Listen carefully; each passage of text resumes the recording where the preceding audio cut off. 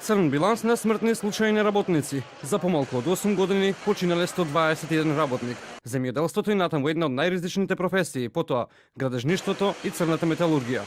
Бизнис конфедерацијата одговорноста за ваквата состојба ја лоцира кај работодавачите. Многу мал дел од работодавачите навистина се фокусирани кон обезбедување на право заштитено и безбедно работно место кај работниците. Официјалната статистика за минатата година за починати работници не се поклопува со бројките кои што ги има Македонското здружение за безбедност и здравје при работа.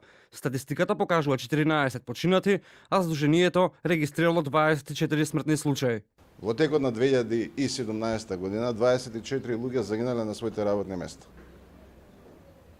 Огромна бројка на луѓе за кои токму овој ден е наменет да се сетиме и да не заборавиме дека и понатаму работните места во Република Македонија се оние кои однесуваат жртви. Според фондацијата Фридрих Хеберт, за да има заштита при работа мора да се почне со едукација уште во образовниот процес. Ресорната министерка пак тврди дека законите се основа за квалитетна работна средина. Креирањето на безбедни работни места, како и понатамошното напредување на правата на работниците и регулирањето на исплата на соодветен надомест на трудот е најниската цена, а во еден најбезболниот начин на кој што нашата држава би можела да го заштити квалитетниот млад кадар во земјата. Важно е да се каже дека интензивно работиме на спроведување на законите и правилниците поврзани со ова прашање, но ги повикувам и сите работници и сите работодавачи да се придржуваат кон нив, затоа што навистина ако младата генерација не биде здрава, тогаш ние нема да имаме здрава работна сила, која што понатаму е во интерес и на работодавачите, но исто така и на државата. Според статистичките податоци лани биле направени 7400 редовни